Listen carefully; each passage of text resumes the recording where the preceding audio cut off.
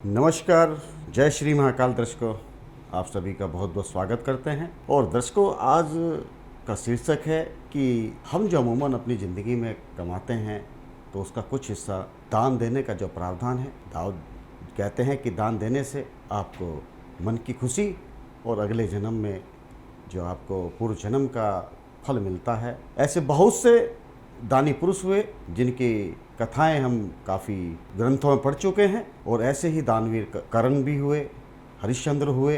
तो जब से सनातन धर्म की स्थापना हुई तो इसमें एक दान का विशेष महत्व है। अब जानेंगे कि दान आखिर किस योग्य व्यक्ति को किया जाए, ब्राह्मण को, कौड़ी को। तो आज का शीर्षक कि दान से आखिर हमें क्या क्या मिलता है। मैं पुनः आप सभी का स्वागत करता हूँ। तो दर्शकों, दान से मिलती है खुशी। उपनिषदों में कहा गया है कि सुपात्र को दिया गया दान पुण्य दिलाता है। जब हम अपनी गाढ़ी कमाई का कुछ भाग सुपात्र को देते हैं, यहाँ सुपात्र से मतलब है कि सही व्यक्ति को, जो वास्तव में वो उसका पात्र है, जिसको हमारी जरूरत है, उसका उल्लेख है। तो सुपात्र को दिया गया दान हमारे अंदर सकारात्मक विचार और भावना का उदय होता है। हम शरीर और मानसिक रूप से मजबूत बनते जाते हैं। सुपात्र का अर्थ है कि जो दान के योग्य है, अर्थात हम जो दे रहे हैं उसे उसकी आवश्यकता है।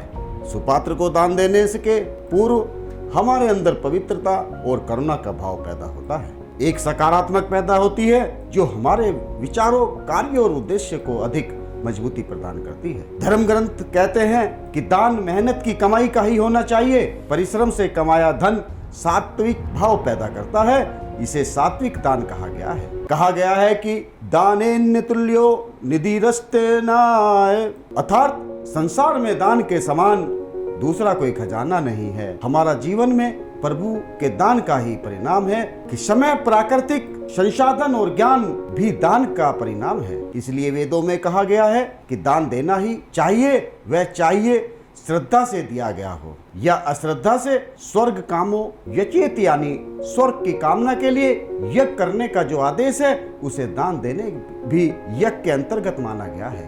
भारतीय संस्कृति और वैदिक धर्म में मोक्ष प्रदान करने वाला कर्म वह माना गया है जिससे अपना भी कल्याण हो और दूसरों का भी दान वही कर्म है। इससे अहंकार, स्वार्थ, कृपांता, भेदभाव और घृणा जैसे अनेक विकारों से सहज छुटकारा मिल जाता है। महर्षि दयानंद का आदर्श वाक्य सबके कल्याण में अपना कल्याण देखना चाहिए।